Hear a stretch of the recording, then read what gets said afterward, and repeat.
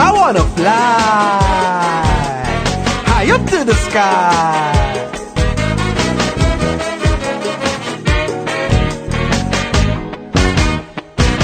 I'm living in the mountains. Everybody know the soil so fertile. If a man sit down naked, the seeds might grow. A delightful getaway from the hustle, bustle and tricks. Oh, what a natural fix if you don't like to mix with the politics. One is you I have to resolve. If I could sort it out, all problems solved. Every time I plant corn and it start to shoot, some idiot keep fucking it out the root. Make country flowers in there, fuck it up. Make country produce in there, fuck it up. Country start to blossom. I don't know who or where they come from.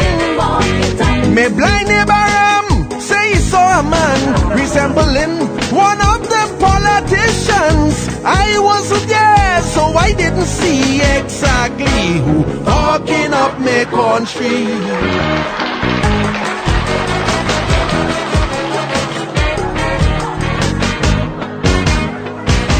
Riding on me donkey, transportation bliss. Me fireside bubbling a goodie. I hear rioting in the gas crisis. Surrounded by wild animals. What a vicious pack. But none of them does launch an attack. None of them poison us like invert and sack. The hunt always on, I could say that much. And true, can switch it off like crime watch. My mission now is to put a stop to whosoever fucking me country up. Some say a man named Eric, George, Robbie and Patrick. Some say Capildeo, Paris, Kamla, Basteo. Old man Bedu said this ain't nothing new. They fucking up long before 1962. If Wattle was around, he might have tell we directly who fucking up me country.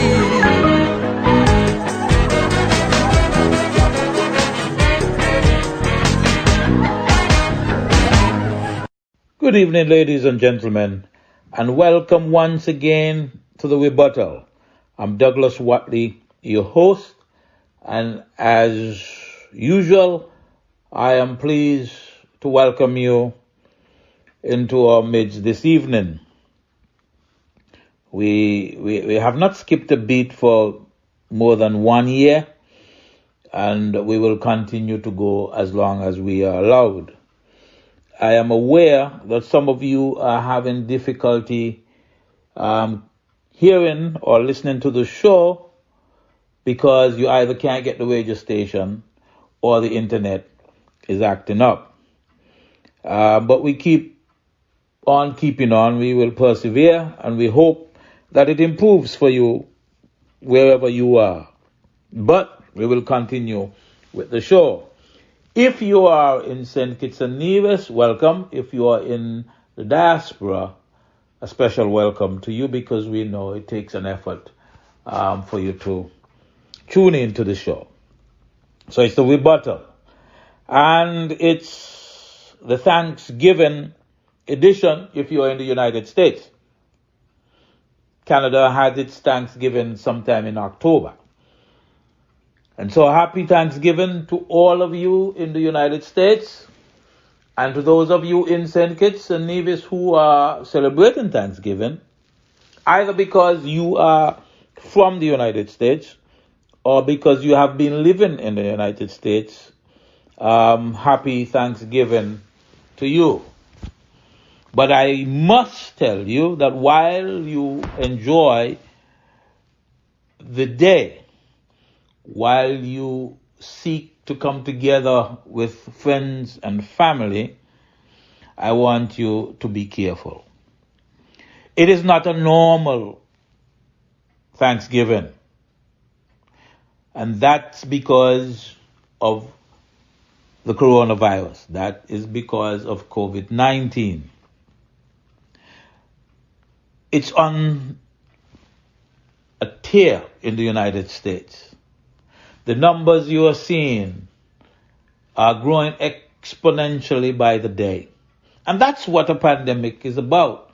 And so when I heard earlier clock when some persons were dismissing the pandemic and saying it was a hoax, some of our people were saying it was a hoax, I said, pity the fools, because they don't understand what a pandemic is.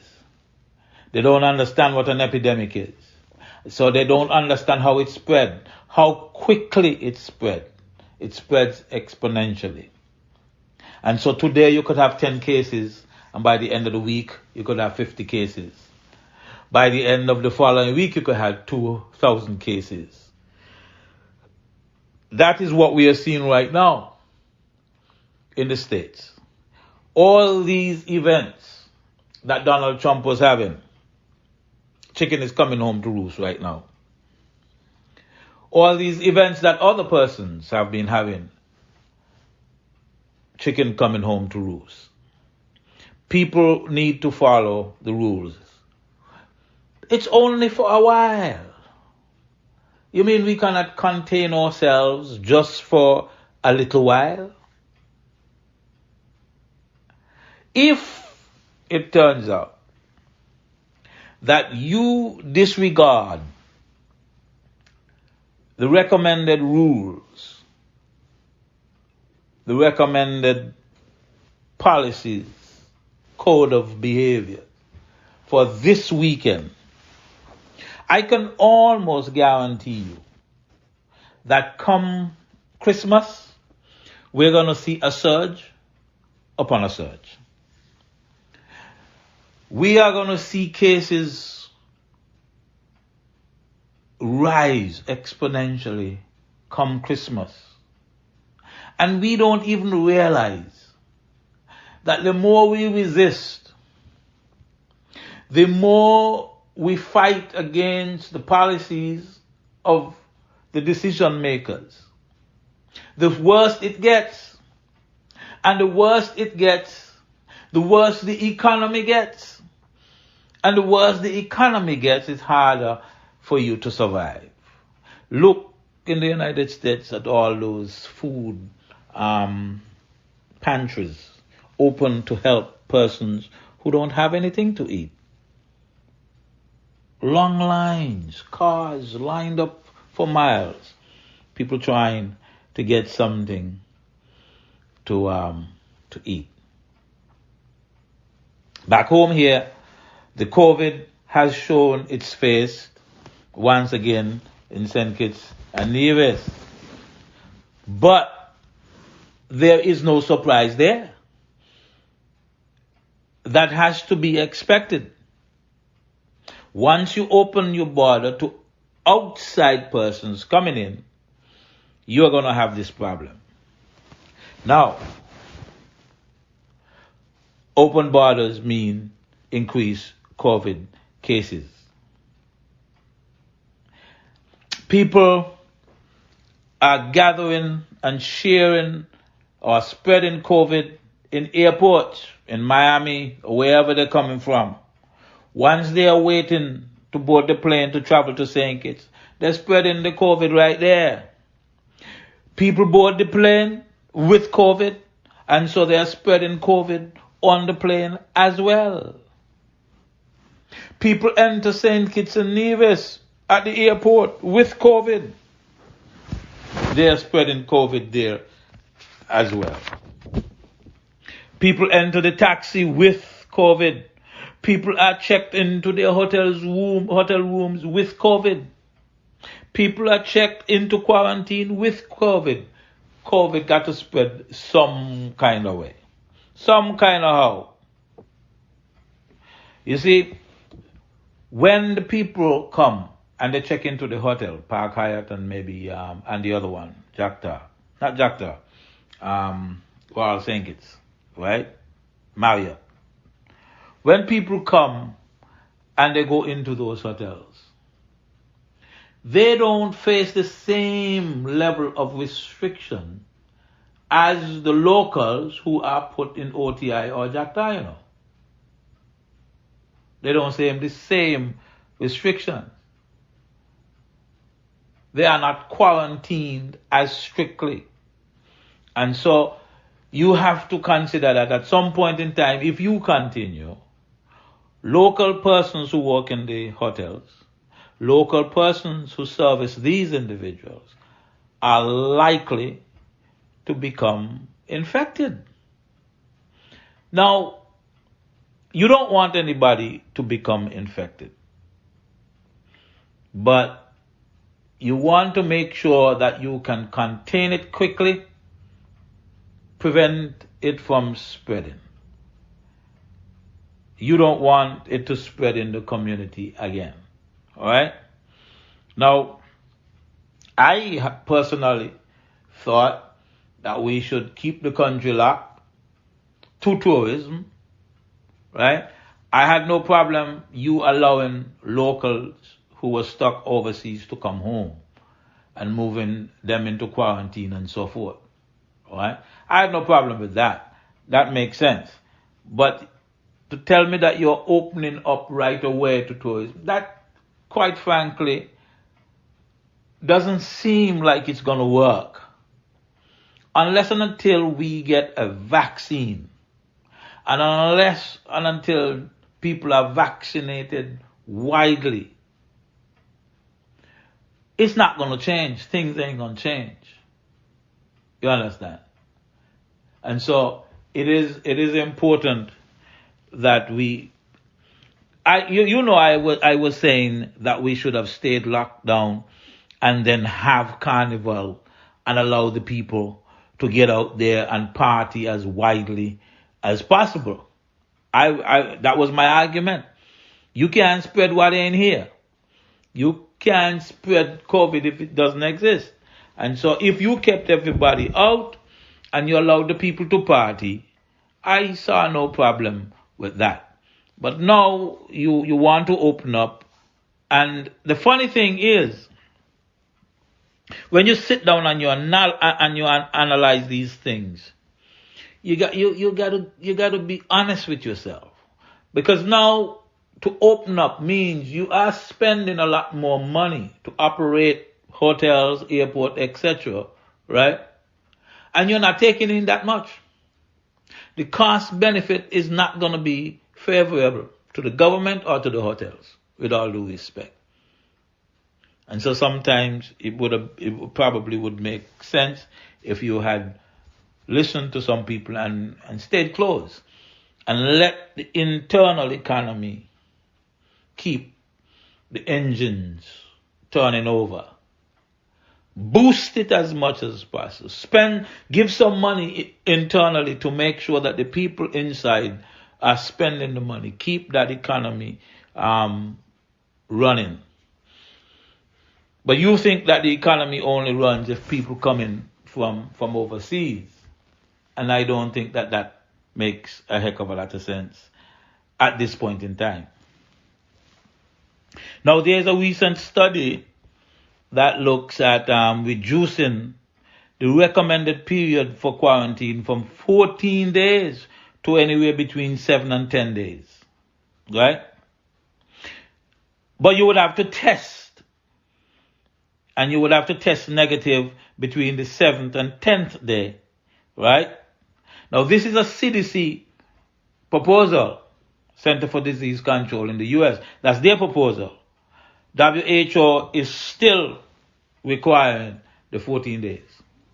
I've heard of some people arguing even that it should be less than 7 days, it should be about 5 days.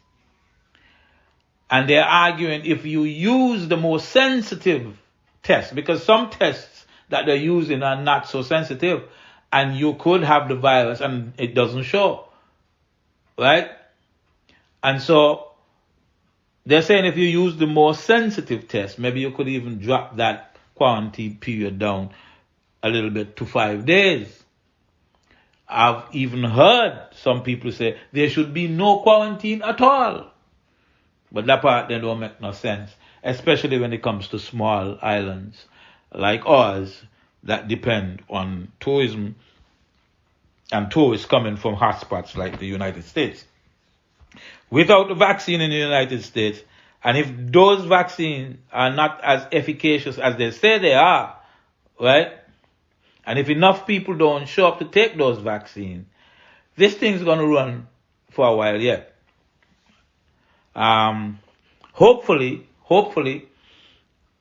if we take the vaccine in St. Kitts, what's going to happen is that we would be protected and we would not be able to catch the virus for the most part. I mean, it's not foolproof now. Now you see some studies saying 90% effective, 70% effective, and so forth, right? The measles virus is some 90% high, I think 97% effective, right? But the flu virus is usually somewhere around 50 and 60% effective. So if we get something between 70 and 90 something percent effective, that sounds like a good deal, right? But we just got to wait and see how that goes. I think one of the other things that the government has to start thinking about is to get its epidemiology unit up and going so that it could track the side effects. We have to make sure that in St. Kitts, in Little St. Kitts, people who take the virus, the vaccine, you should be able to track and report the side effects to a large extent, because we're small, and you should be able to do that. I think that is something that you should follow. Now, the government had already previously allowed hotels to quarantine their guests for less than 14 days. It appeared to me that we were practicing one system for locals returning home and another for tourists. But like I said, it has to do a lot with the testing and the type of testing that you're doing. All right? Now, we know that the rules should really be the same.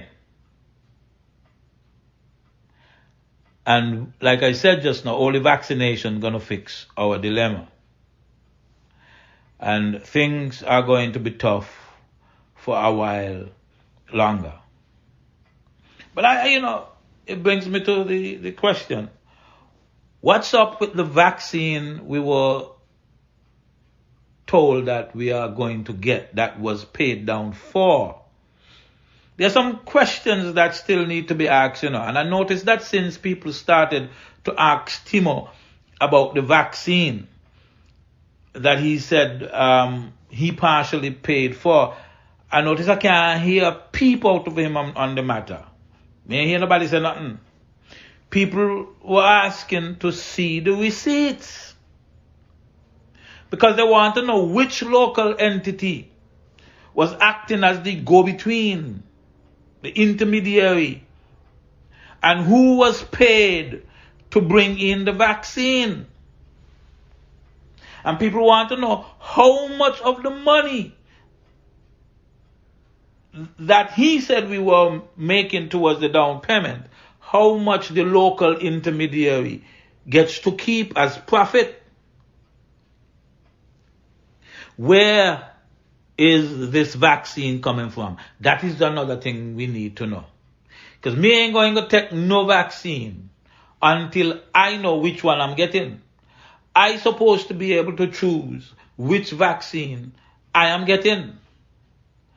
Am I going to prefer the Pfizer one? I need to hear the analysis. Am I going to prefer the Moderna?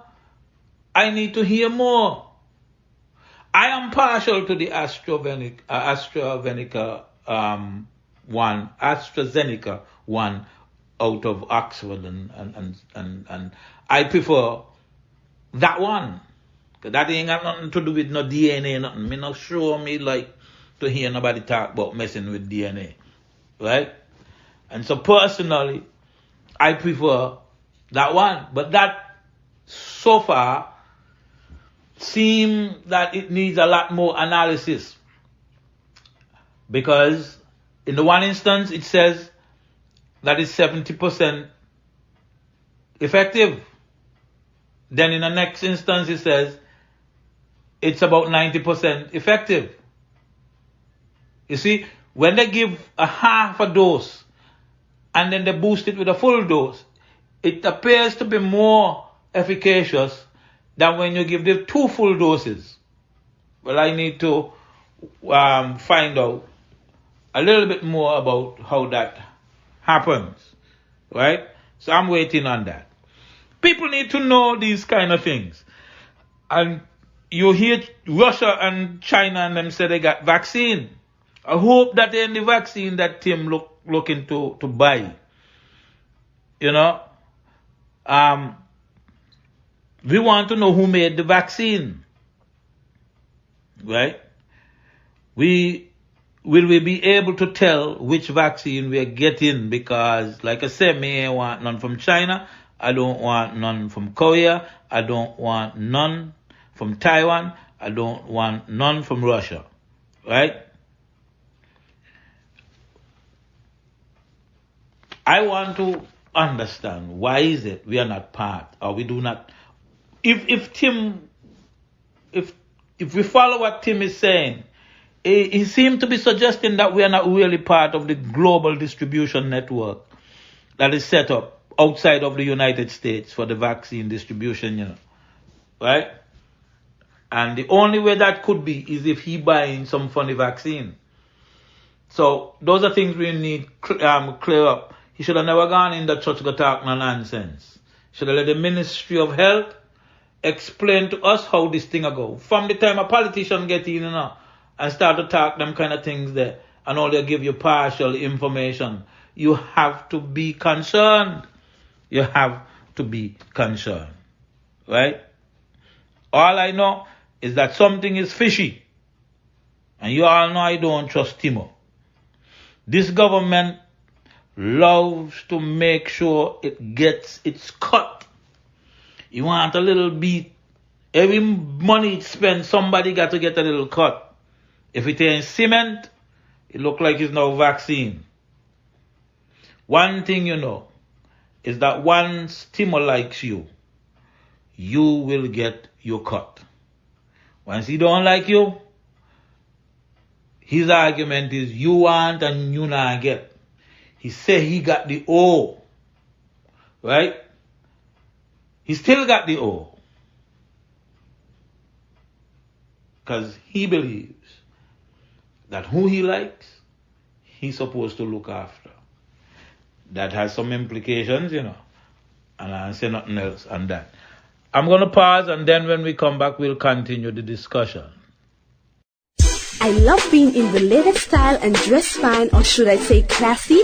That is why I shop at First Class next to the taxi stand at Port Sante for fine gold and silver jewelry in precious, semi-precious and colored stones, diamond and crystal watches, and the hottest handbags and wallets. And when I want to buy a gift for someone, that's easy too. I just ask them to make me a gift basket, and First Class has the best prices at Port Sante. So no matter what the occasion, come on into First Class and leave happy, knowing you've gotten the best deal for your money.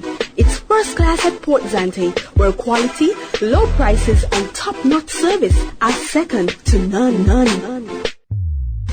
Spread the word. New and exclusive every Sunday from 6 a.m. to 1 p.m.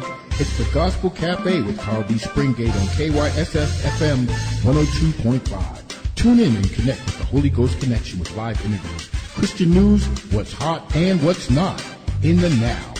Birthdays and anniversary shout-outs available, Bible Jeopardy, Beyond the Pulpit, and positive entertainment and ministry. Testimonies and the pastor's moment with Spread the Word.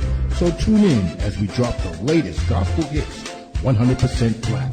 It's the Carl D. Springate Gospel Cafe, Sundays from 6 a.m. to 1 p.m. on KYSSFMonline.com and 102.5 FM. And be blessed like that. One fashion accessories for really low prices. Check silver and cents. Check silver and cents. Beauty supply. splice and weave. Genuine fragrances, black silver and sense. Check silver and sense.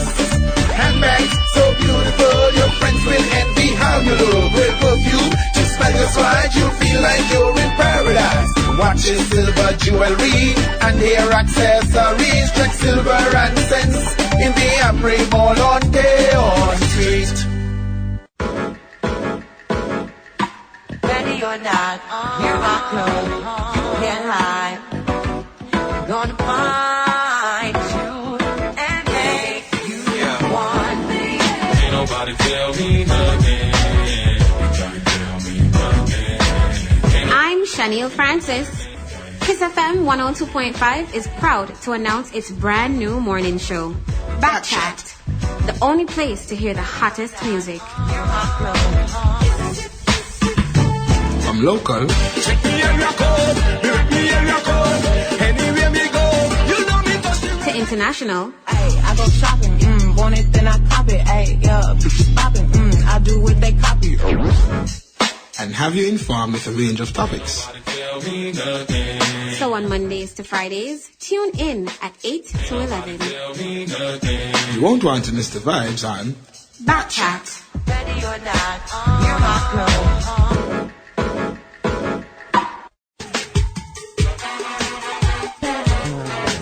I wanna fly high up to the sky.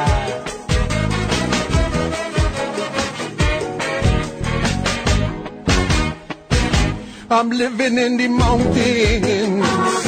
Everybody knows the soil so fertile. If a man sit down naked, the seeds might grow.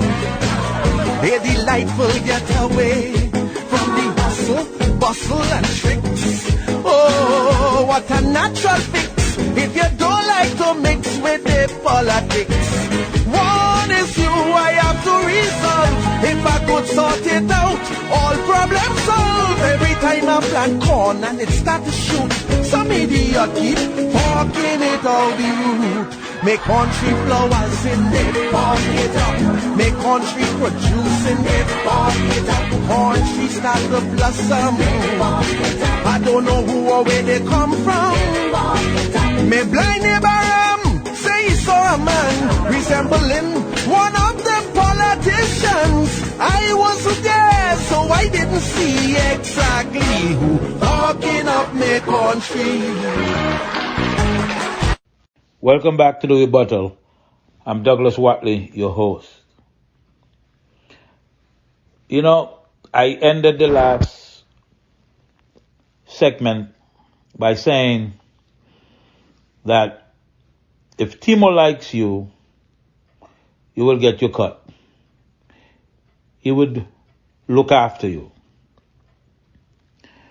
One of the ways he operates, one of the reasons he would look after you is that he would give you access to jobs, money, because when it comes time to run an election, he expects you to give back to, quote unquote, the campaign.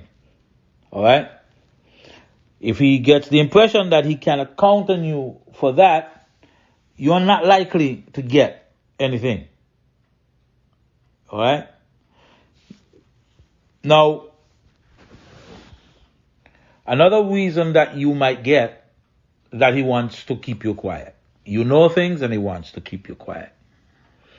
And if he thinks that you're outspoken and you're not going to be loyal insofar as you are not going to see him do things and be quiet, you are going to be ostracized, move out of his inner circle. He can do that because he won the election. Before he wins the election, though, he doesn't mind using you. He doesn't mind having you help. But once he wins, he wants new friends. Right? Friends who want things. He wants to be surrounded by people who want and want. Because he knows that he could appease them and at the same time keep them quiet. One of the successful arguments that Tim and others in Team Unity have used against persons like myself, like Sam, like Dwyer, like Big Lice, like Barkaliko. One of the successful arguments they use is that we want, but we're vexed that we didn't get. Now, when you look at it, if the argument is that we want, why shouldn't we get? But they say we want, we didn't get, so we are upset. But then there's another group of people, some of them same people making the argument that we are upset because we wanted and we didn't get. Some of them same people want, and they want more, and they are getting. And so as long as they get, they are quiet because they are appeased. Right? I mean, you remember the tapes some months ago with Claudius Gums. You remember that you hear him upset. It was taped, upset that he wanted certain things. He thinks he should get them, but he wasn't given. And so he became annoyed, he became upset. In other words, he ended up in the same situation that even he used to say people like me were in.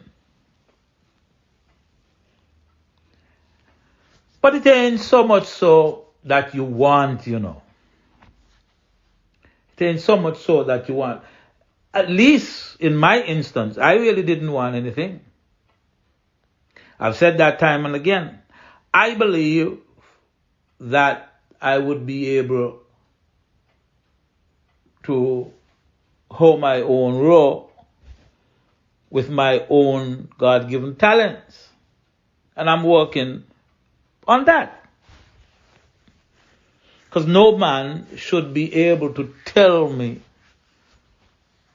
that I shouldn't have because he decides that I shouldn't have. I believe that it's important that I should work for what I want.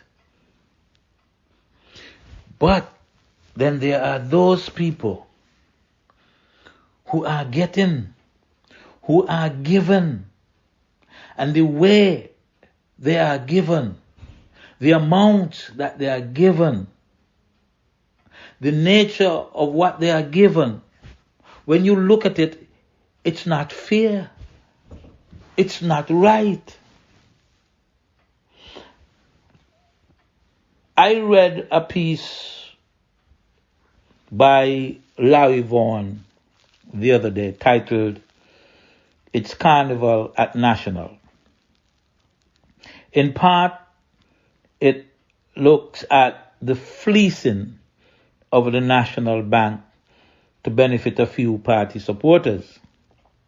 Now, I gotta tell you that Larry got a lot of guts.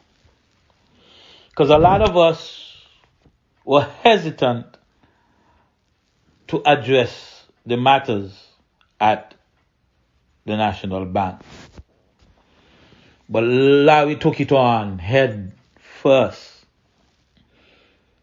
And he laid it out there for you to understand. I want you to read it when you get an opportunity. I hesitated to touch it because, quite frankly, some of the people that I've spoken about, I like them. I like the family. But sometimes,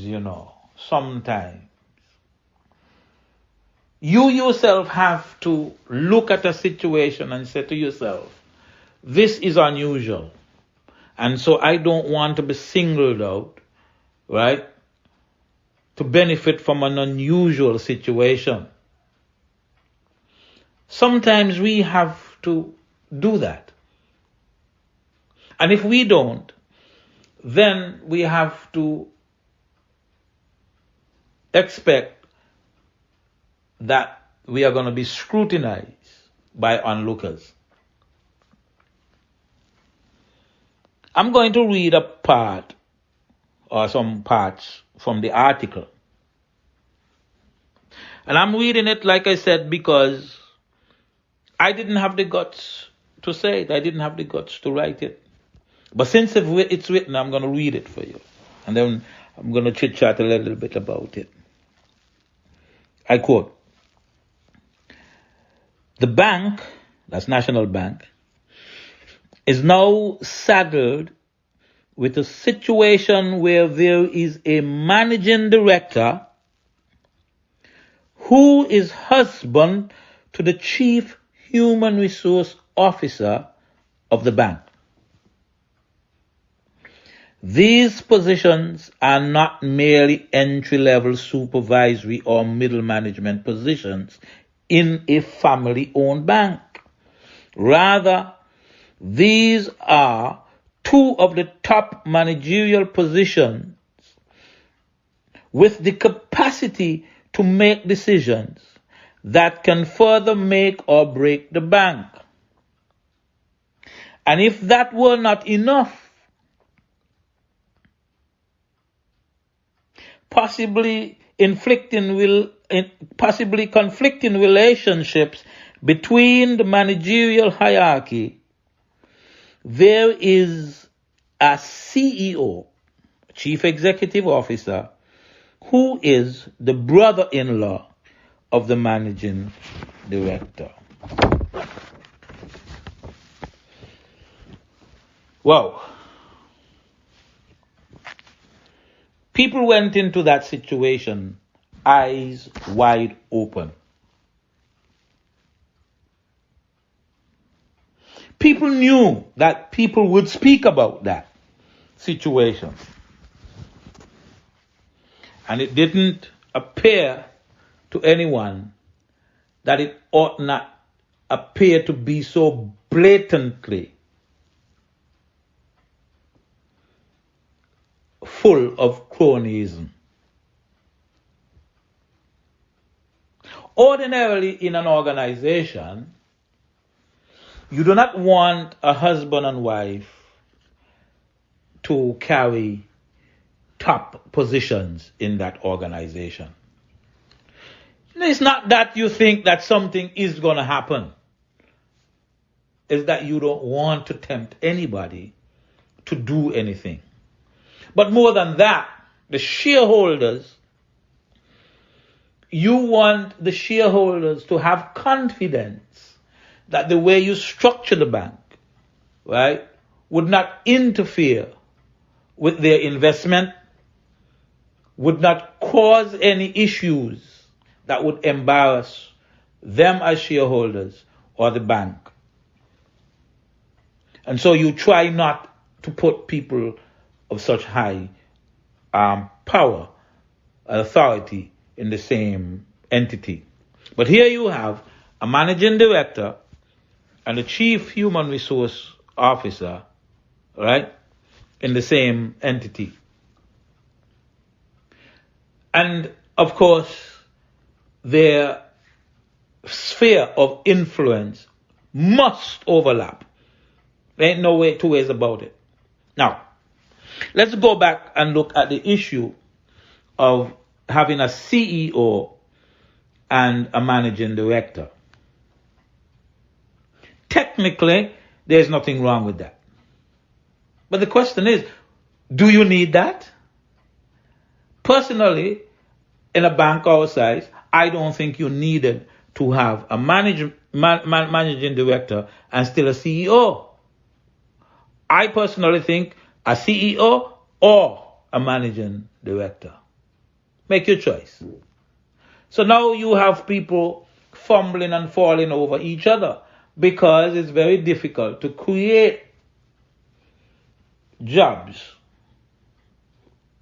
in a small entity like that where the CEO is fully employed and the managing director is fully employed.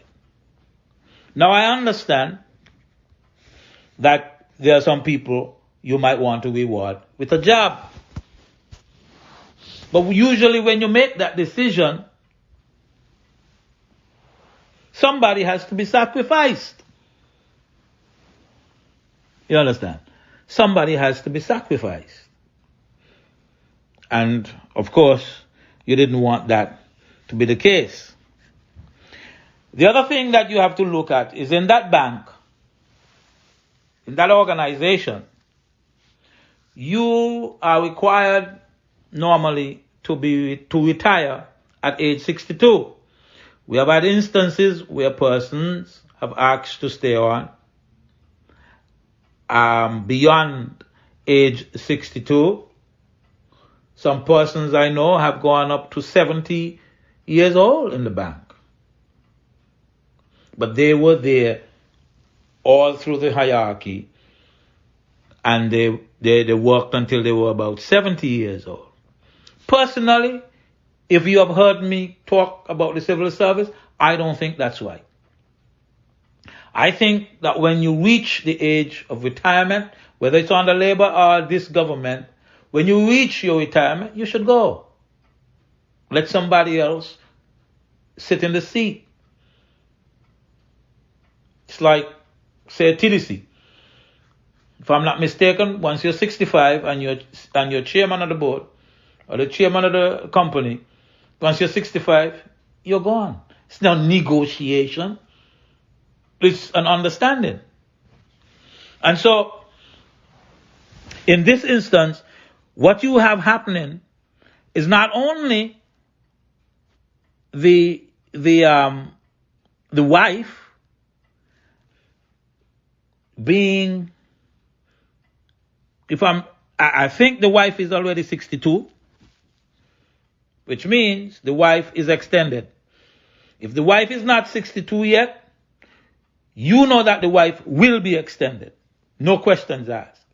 But we have had situations where some people have asked for a little year, and you tell them, no, go home.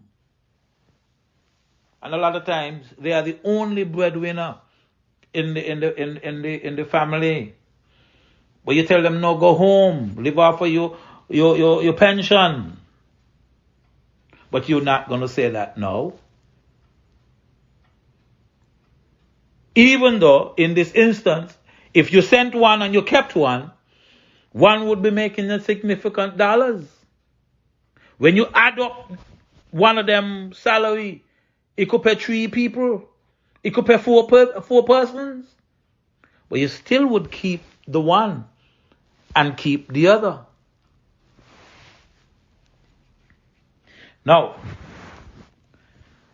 the managing director, if I'm not mistaken, should be about 70 years this year. So, whereas some persons work up until they are 70, and whereas we knew that under Labour, there was a gentleman who worked up into his 80s, neither situation was good or proper. Neither situation was right. You understand what I tell you? And it seems to me that you should have kept the situation where the managing director remained a director and the CEO remained the CEO. It seems to me that that was fair. You have already fixed it so that board members are making nearly as much as permanent secretaries do. So that would have sufficed. That would have sufficed. The more than $60,000 a year that members of the board are making. Some more. Some making $100,000 a year. Just to meet twice a month. That would have sufficed.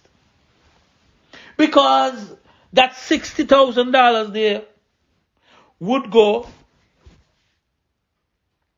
with a pension from Social Security once you reach 62. So you'll be making decent money. But the problem is when you create a situation for one person, but you can't create it for another, it creates serious upset in the society. Because I know up to today people are asking to stay on. And the letter to stay on, it used to happen down in government headquarters too, under Labour.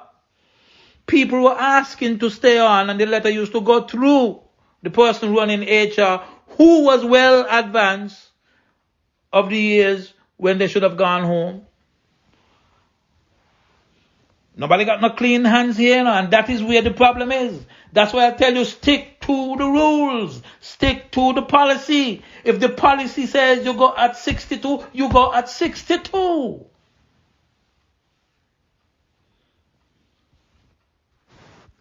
But what I say is we like it so. Because past governments have done it. Present government is doing it. But it doesn't make it right. The way I see it, quite frankly, is that we are living in a post-moral, a post-ethics, a post-integrity society. And so, right now, nobody is in a position to argue about certain unfair occurrences in society. I mean, me just talking this here is probably going to garner me a couple of enemies. Larry Vaughan is probably the target of some kind of retaliation. Who knows? Me, I really don't, me, I don't really worry too much about who targets me. But it's the content that is critical. It's the situation that is important. Set your rules. Set your regulations.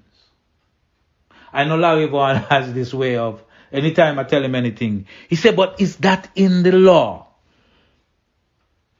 I said, no. He said, well, then it can't be the way to do it. It can't be proper.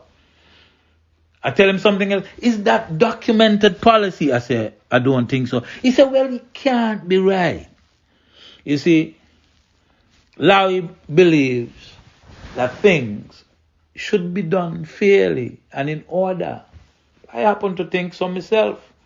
If a man walks up to me, if I were in government and a man walks up to me and he tells me, hey, you're 55 and you should go home, me ain't arguing. Yeah.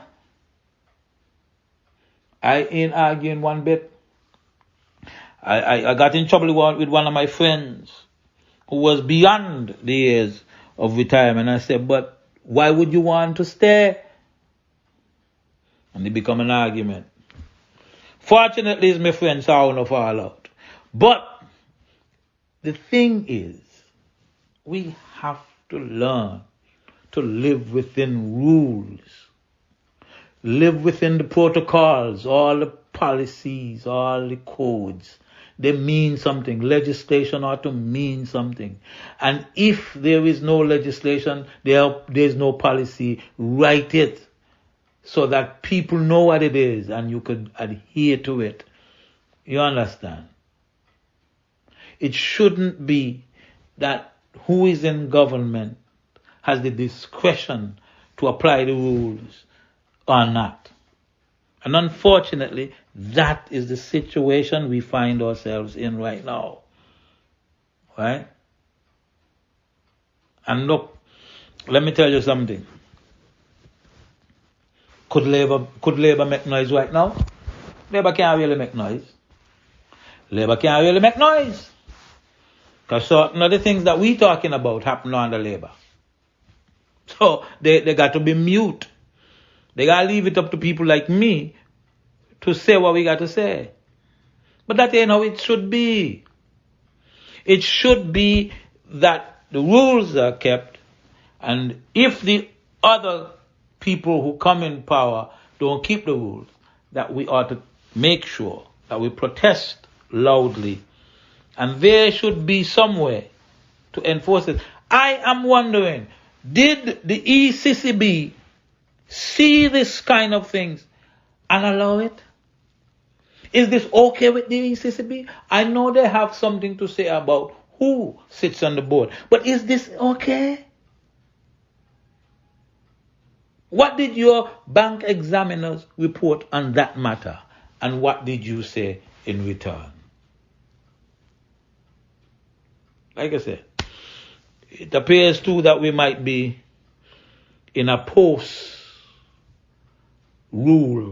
post-regulation, post-legislation society as well. On that note, I'm going to pause here and then we will close out. I love being in the latest style and dress fine, or should I say classy. That is why I shop at First Class next to the taxi stand at Port Sante for fine gold and silver jewelry in precious, semi-precious and colored stones, diamond and crystal watches, and the hottest handbags and wallets. And when I want to buy a gift for someone, that's easy too. I just ask them to make me a gift basket, and First Class has the best prices at Port Sante. So no matter what the occasion, come on into First Class and leave happy, knowing you've gotten the best deal for your money. It's First Class at Port Sante, where quality, low prices, and top-notch service are second to none. Spread the word. New and exclusive every Sunday from 6 a.m. to 1 p.m. It's the Gospel Cafe with Carl B. Springate on KYSS FM 102.5. Tune in and connect with the Holy Ghost Connection with live interviews, Christian news, what's hot and what's not in the now. Birthdays and anniversary shout-outs available, Bible Jeopardy, Beyond the Pulpit, and positive entertainment and ministry. Testimonies and the pastor's moment with Spread the Word. So tune in as we drop the latest gospel hits, 100% flat. It's the Carl D. Springate Gospel Cafe, Sundays from 6 a.m. to 1 p.m. on KYSSFMonline.com and 102.5 FM. And be blessed like that. One fashion accessories for really low prices. Check silver and cents. Check silver and cents. Beauty supplies and weave, genuine fragrances. Check silver and cents. Check silver and cents. Handbags so beautiful, your friends will envy how you look. With perfume to smell just right, you'll feel like you're in paradise. Watches, silver jewelry, and hair accessories. Check silver and cents in the Amri Mall on Deon Street. Ready or not, hear my clothes, can't hide. Gonna find you and make you want me. Ain't nobody tell me nothing. Trying to tell me nothing. I'm Shaniel Francis. Kyssfm 102.5 is proud to announce its brand new morning show, Backchat, the only place to hear the hottest music. From local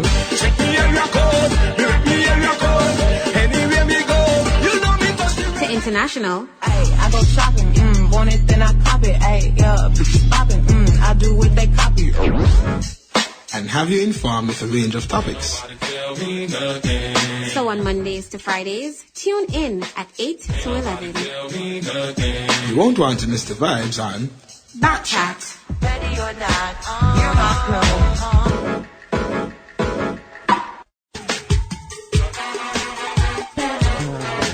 I wanna fly high up to the sky.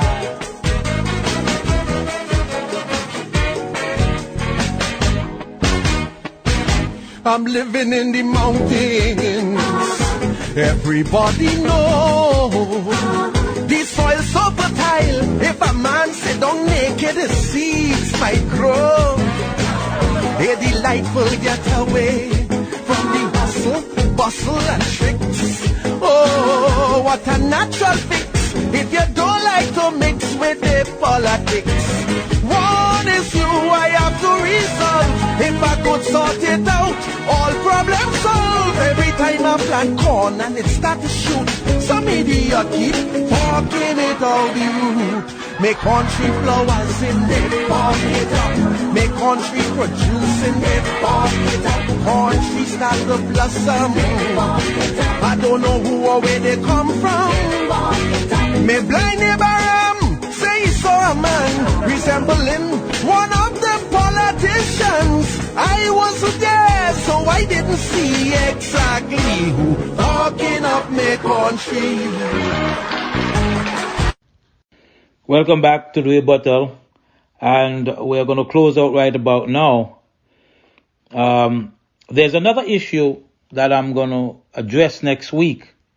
Can't handle these two hot topics this evening. Next week, we're going to look at an issue raised by my friend, Kenrick Clifton. He's presently a city council member in the township of Randolph in Massachusetts. And he raised an issue on Facebook, which I think at some point in time we would have to confront. Now, I'm not saying confront because I think that anybody cares what we think.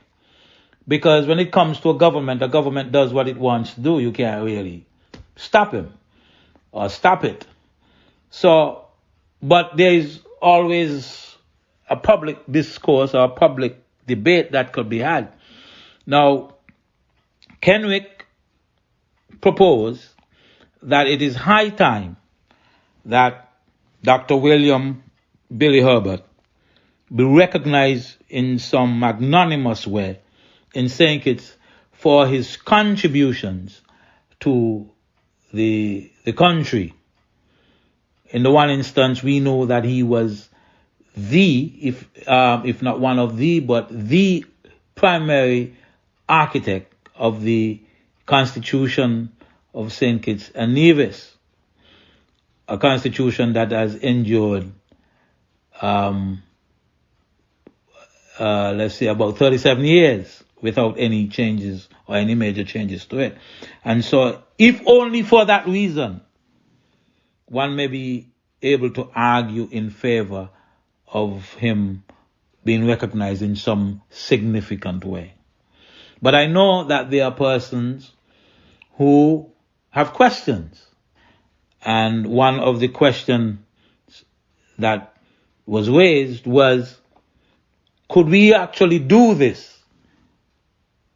unless and until the country has access to the Scotland Yard investigation into the disappearance of Dr. Herbert? I would like to delve into that matter a little bit more, and so I'm going to save that discussion for next week, because I met the gentleman before. I had interactions with him before. I liked him. But I think that I would like to hear from some people their point of view so that I could present it in a discussion or in a presentation next week. But for the time being, we're going to call it a night. That would be it for the Rebuttal. I hope you have a good evening, and thanks for listening. You all take care now. Yes! That's the man Big Lies again. 2020 Virtual Carnival. With me and Mark Bradley. How you doing, my boy? I hear Nevis nice. Ma'am, my Nevis friend, ma'am. Jamie, share the live, share the live.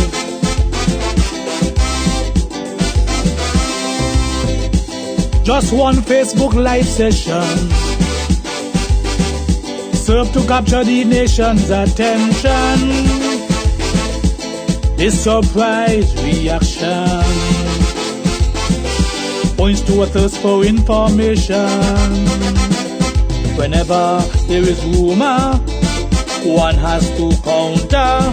Balance and truth always matter. When it's your reputation that's called into question, silence is never an option. We want to know, Timu, we want to know why you continue to undermine Maxwell. We want to know, Timu, we want to know. Are you subtly telling Nevis they got to go?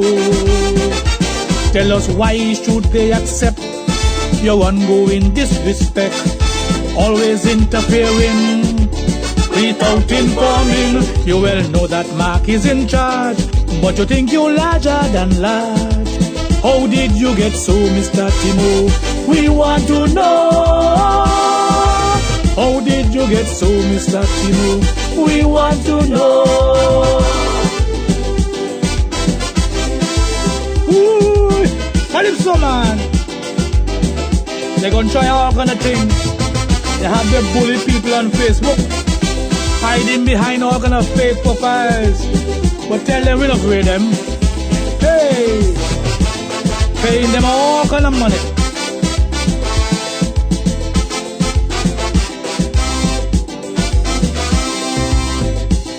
You use your bully pulpit, trying your very best to discredit, calling into question many a person's reputation. Honest men and women have been made to defend their good reputation, while on social media persons of dishonor spreading lies and propaganda. So we want to know, we want to know why you, Wallace and Andre does lie so. We want to know, Timo, we want to know where exactly did their campaign money go? Your threat of legal action was just a mere distraction. Meanwhile, hoping that we will forget about the money. But when we see your portfolio of property start to overflow, how did you get so, Mr. Timo? We want to know. How did you get so, Mr. Timo? We want to know. Yeah, man! Kaiser!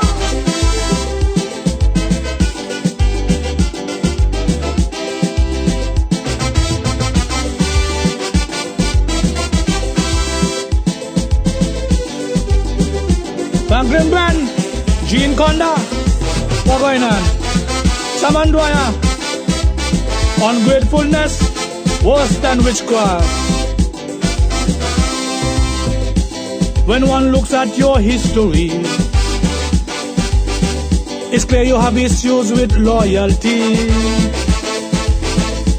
Because while in opposition, where did you turn for inspiration?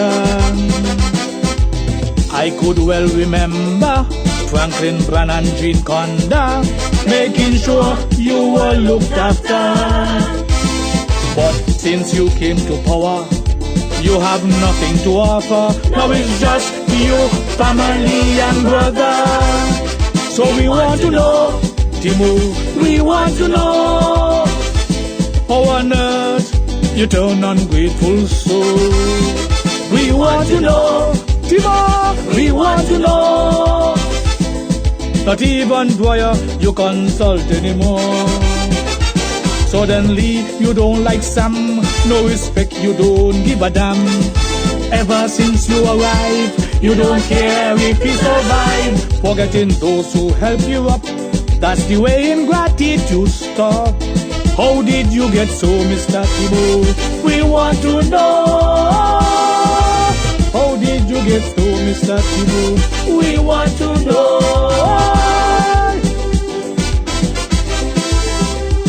Kyssfm, Sharon Rattan, I want to say thanks a million. You save the country a lot of money. But we need answers. We need to know about the severance money.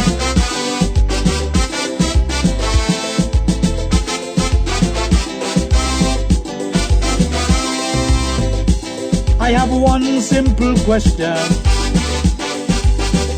Please, Timo, can you tell the nation about their severance money? Is it being managed responsibly?